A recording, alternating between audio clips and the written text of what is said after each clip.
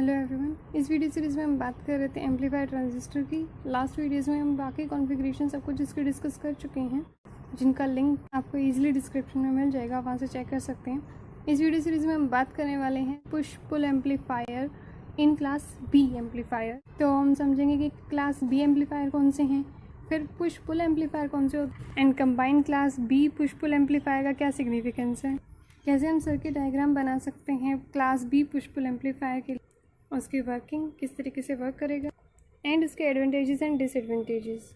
सो start करते हैं class B amplifier से। सबसे पहले class B push pull amplifier, इसका मतलब हमें पहले पता होना चाहिए कि क्लास बी एम्पलीफायर क्या है। So class B amplifier is a type of power amplifier where the active devices जैसे कि transistor conducts only for half cycle of input. Last time जब हमने डेफिनेशन डील की थी क्लास ए बी सी सब की, तो हमने बात की थी कि क्लास बी एम्पलीफायर क्या होता है। जो आपकी इनपुट सिग्नल है, जैसे सपोज ये साइन वेव आपकी इनपुट आ रही है, तो ये सिर्फ और सिर्फ हाफ साइकिल को एम्पलीफाई करता है, रेस्ट जो हाफ साइकिल है उसको एम्पलीफाई नहीं करता है। सो क्लास बी एम्पलीफायर क्या है, एक तरीके का पावर एम्पलीफायर एक्टिव डिवाइस यानी कि ट्रांजिस्टर, जिससे हमें क्या मिलता है, गेन मिलता है। कंडक्ट करता है सिर्फ हाफ साइकिल के लिए इनपुट के, बाकी हाफ साइकिल के लिए कंडक्ट नहीं करता है। सो ये क्या काम करता है, स्विच ऑफ हो जाता है रेस्ट हाफ साइकिल के लिए, यानी कि उसके लिए कंडक्ट नहीं करता।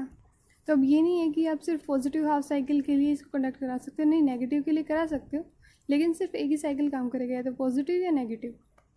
फिर पुश पुल एम्पलीफायर क्या है, पुश पुल एम्पलीफायर इसका मतलब नाम से एक कोई पुश कर रहा है, एक पुल कर रहा है। अब ये तो है नहीं कि दो बच्चे आपस में आके पुश पुल करें, नहीं, एम्पलीफायर पुश पुल कर रहा है। इसका मतलब क्या है, इस तरीके का एम्पलीफायर कि एक टाइम पे आउटपुट स्टेज आपकी एक डायरेक्शन में आ रही है लोड के अक्रॉस, मतलब कि एक तो करंट सोर्स आपका उस टाइम पे पुल कर रहा है आउटपुट को लाने के लिए, और सेकंड वाला क्या कर रहा है, उस टाइम पे पुश कर रहा है। इसके अंदर होता क्या है, बेसिकली दो स्टेजेस होती हैं कि एक टाइम पे आपका एक काम करेगा जिसकी वजह से आपको करंट मिल जाएगा, एंड दूसरा उसको क्या करेगा, वापस पुल करने की ट्राई कर रहा है, लेकिन वो पुल नहीं हो रहा। तो एक टाइम पे जो आपको आउटपुट मिलेगी वो एक सोर्स से मिलेगी, एंड नेक्स्ट टाइम पे आपको सेकंड सोर्स से आपको आउटपुट मिलेगी। सो हमें ये भी पता चलता है क्लास बी एम्पलीफायर क्या करता है, हाफ साइकिल को एम्पलीफाई करता है, ठीक है। और पुश पुल एम्पलीफायर क्या करता है कि भाई एक टाइम पे एक चीज़ काम कर रही है, दूसरी नहीं कर रही है, फिर दूसरी कर रही है तो पहले नहीं कर रही, यानी एक दूसरे का अपोज कर रहे हैं। तो हम क्या दोनों को कंबाइन करके एक नेट रिजल्ट नहीं बना सकते जो ज़्यादा बेटर हो। क्या करेंगे, क्लास बी क्या कर रही है, हाफ को एम्पलीफाई किया, ठीक है। पुश पुल से हम क्या करा सकते हैं कि भाई हाफ इसने एम्पलीफाई कर दिया, जो नेक्स्ट हाफ है वो नेक्स्ट वाली करा देगी।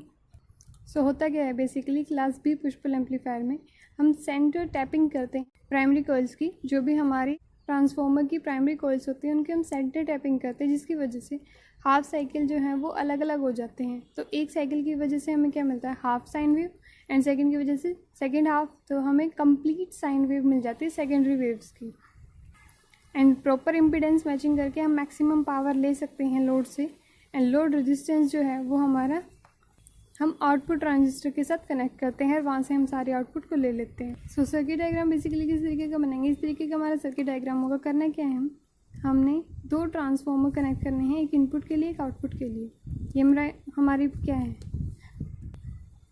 ये इनपुट या ड्राइवर ट्रांसफार्मर जिसको बोलते हैं, primary coil, and this is secondary coil, ठीक है। सो सेकेंडरी कॉइल से हमने कनेक्ट किया है transistor T1 transistor, and secondary coil से ही नीचे हमने कनेक्ट किया है ट्रांजिस्टर T2, ठीक है। तो एक ट्रांसफार्मर लगाया इनपुट के साथ, एंड दो ट्रांजिस्टर कनेक्ट कर दे, ठीक है। फिर ये जो ट्रांजिस्टर है ये फिर सेकेंडरी कॉइल से कनेक्टेड है, एंड ये वाला भी सेकेंडरी कॉइल से कनेक्टेड है, एंड साथ में फिर प्राइमरी कॉइल्स कनेक्ट किससे हैं, हमारे लोड रेजिस्टेंस से, जहाँ पे हमें आउटपुट चाहिए। और दोनों का कंबाइंड रिजल्ट मिले, इसके लिए हम क्या करते हैं, जो हमारी ये सेकेंडरी कॉइल्स हैं आउटपुट ट्रांजिस्टर की, इसको हम VCC से कनेक्ट करके बीच में सेंटर टैपिंग करते हैं। इससे होता क्या है, जो ये ऊपर वाला साइकिल है ये अलग काम कर देता है, और नीचे वाला अलग, तो सर्किट कंप्लीट हो जाता है, जिसकी वजह से अगर इसकी आउटपुट आ रही है तो भी हमें मिल जाएगी, इससे आउटपुट आ रही है तो भी मिल जाएगी। सो हम मान लेते हैं T1 जो है हमारा इनपुट ट्रांसफार्मर है, T2 हमारा आउटपुट ट्रांसफार्मर है, एंड Q1 Q2 ट्रांजिस्टर जो हम कनेक्ट कर रहे हैं। अब अगर इसकी वर्किंग की बात की जाए कि ये वर्क कैसे करेगा, तो जो इनपुट साइकिल है वो कन्वर्ट किया जाता है दो सिमिलर फेजेस में लेकिन अपोजिट सिग्नल। कौन कन्वर्ट करता है? Transformer T1। इसका मतलब आपने कोई भी इनपुट सोर्स दिया, ठीक है, साइन वेव आपने इनपुट सोर्स दी, तो ये ट्रांसफॉर्मर क्या करेगा, इन दोनों को आपस में फेज शिफ्ट करा देगा। अब इसका पॉजिटिव साइकिल आ रहा है तो उस टाइम पे इसका क्या आ रहा है? Negative cycle. एंड इसका नेगेटिव है तो इसका क्या? पॉजिटिव। तो जो हमारी इनपुट थी, यहाँ से कोई भी इनपुट सोर्स आ रहा था तो ट्रांजिस्टर ने क्या किया, ट्रांसफॉर्मर ने दोनों का फेज शिफ्ट कर दिया। सो अब होगा क्या, जो ये पॉजिटिव साइकिल है ये हमारे इस ट्रांजिस्टर से कनेक्ट होगा, तो यहाँ से हमें कॉमन एमीटर कॉन्फ़िगरेशन है तो गेन मिलेगा। अब कॉमन एमीटर कॉन्फ़िगरेशन क्या बोलती है, जब पॉजिटिव हाफ साइकिल आएगा तो आउटपुट में हमें क्या मिलेगा? नेगेटिव हाफ एम्पलीफाई होके, ऊपर वाला तो नहीं मिलेगा, ठीक है, ये आउटपुट हमें मिल गई। उसके बाद जब Q2 से हमारी, अब जब यहाँ से पॉजिटिव आ रहा है तो ये क्या कर रहा है, नेगेटिव में हमारी एम्पलीफाइड मिल गया हमें आउटपुट। और हमें पता है कि एक हाफ साइकिल के लिए हमारा काम करता है क्लास B, सो नीचे वाले के लिए काम नहीं करेगा। तो फिर जब इसका पॉजिटिव आएगा उसका नेगेटिव, तो ये क्या करेगा, ये अगेन हमारा क्या, फर्स्ट हाफ साइकिल के लिए तो इसने कोई आउटपुट नहीं दी, सेकंड के लिए क्या करेगा, अपर हाफ साइकिल था तो आउटपुट में लोअर हाफ। दोनों को अगर कंबाइन करें तो भाई एक बार तो फर्स्ट वाले से IC1 से हमें आउटपुट मिल रही है, एक बार IC2 यानी कि कलेक्टर करंट 1 से मिल रहा है एंड 2 से मिल रहा है। अब ये तो होगी नेगेटिव साइकिल में चले गए दोनों, लेकिन होता क्या है बेसिकली, जो हमारा IC है, अब दोनों क्योंकि कलेक्टर की करंट जो साइकिल बन रहा है वो अपोजिट साइन का बन रहा है, यहाँ पे करंट इस डायरेक्शन में जा रहा है, यहाँ पे इस डायरेक्शन में, सो दोनों को कंबाइन करेंगे तो क्या, IC1 माइनस IC2, यानी कि इसको मैं क्या लिख सकती हूँ, IC1 plus minus of IC2। अब माइनस ऑफ IC2 का मतलब कि ये जो मेरा साइन था इस साइकिल को क्या कर दूँ, नेगेटिव। अब ये नेगेटिव हो जाएगा तो इसका मतलब ये क्या बन जाएगा, नीचे तो कोई आउटपुट नहीं, अपर डायरेक्शन में क्योंकि साइन चेंज हो रहा है। तो दोनों को कंबाइन करने के बाद नेट आउटपुट क्या मिल जाएगी, फर्स्ट नेगेटिव हाफ साइकिल था तो नेगेटिव, अब क्योंकि नेक्स्ट का साइन चेंज हो चुका है तो इसके लिए हमें क्या मिलेगा, पॉजिटिव। तो कंप्लीट कॉन्फ़िगरेशन आपको मिल गई। अब क्लास B में क्या हो रहा था, सिर्फ आपको एक हाफ साइकिल मिल रहा था, अब पुश पुल लगाने से क्या होगा, आपको नेक्स्ट भी आउटपुट मिल चुकी है। सो कहने का मतलब ये है कि जब भी हमारा Q1 काम करेगा तो Q2 काम नहीं करेगा, Q2 करेगा तो Q1 नहीं करेगा। नेट रिजल्ट ये है कि करंट तो फ्लो करेगा आपके आउटपुट से, चाहे वो Q1 की वजह से करे या Q2 की वजह से। अब बात करते हैं कि इसके एडवांटेजेस क्या हैं। सो एडवांटेजेस जो हैं they are light in weight, simple transformer वगैरह एंड सिंपल वोल्टेज कनेक्ट कर रहे हो तो ये क्या है, लाइट वेट है, कोई ज़्यादा हैवी लोड आप यूज़ नहीं कर रहे।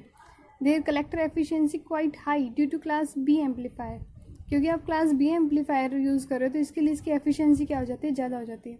अब क्लास B से एफिशिएंसी ज़्यादा क्यों हो जाती है, क्योंकि अगर इसके बजाय आप क्लास C करो तो क्लास C क्या करता है, आपके सिर्फ कुछ ही पार्ट को एम्पलीफाई करता है, कंप्लीट हाफ साइकिल को भी एम्पलीफाई नहीं करता। अब ये हाफ को एम्पलीफाई कर रहा है, इसका मतलब दो हाफ कंबाइन होकर एक फुल मिल जाएगा। लेकिन क्लास C यूज़ करोगे जिसमें आपको हाफ भी नहीं आउटपुट मिल रही, तो वो तो एफिशिएंसी को कम करेगा। अब डिस्टोर्शन आउटपुट जो है वो भी नहीं मिलती, इसमें डिस्टोर्शन फ्री आउटपुट मिलती है, तो इस चीज़ की वजह से क्या करता है, ज़्यादा AC हमें प्रोवाइड करता है। आउटपुट ट्रांसफार्मर जो है वो यूज़ किया जाता है पुश पुल एम्पलीफायर के लिए, क्योंकि ये जो सर्किट है इसको light, smaller and less expensive बना देते हैं। अभी डिसएडवांटेजेस की बात करें तो दो आइडेंटिकल ट्रांसफार्मर आपको चाहिए कि जो आप input and output transformer use करें वो सेम होने चाहिए बिल्कुल एज इट इज़। इसके लिए आपको दो इक्वल एंड अपोजिट वोल्टेज चाहिए, क्योंकि एक वोल्टेज तो आपकी अपर ट्रांसफार्मर के लिए, अपर ट्रांजिस्टर के लिए, सेकेंड वाली डाउनवर्ड ट्रांजिस्टर के लिए। सो जो इसके पैरामीटर्स हैं वो ट्रांसफार्मर के अगर डिफ़र कर जाते हैं तो आपको अनइक्वल एम्पलीफिकेशन मिलता है, क्योंकि मतलब जितनी आउटपुट आपको जाएगी उसके अकॉर्डिंग एम्पलीफिकेशन होगा। सो इसके लिए आपको प्रॉपर इक्वल वोल्टेज अप्लाई करना ज़रूरी है, जो कि इक्वल एंड अपोजिट वोल्टेज जो हो, यानी कि आपका फेस का चेंज हो। सो ये थे हमारे बेसिकली एडवांटेजेस, डिसएडवांटेजेस एंड हमारा class B push pull amplifier.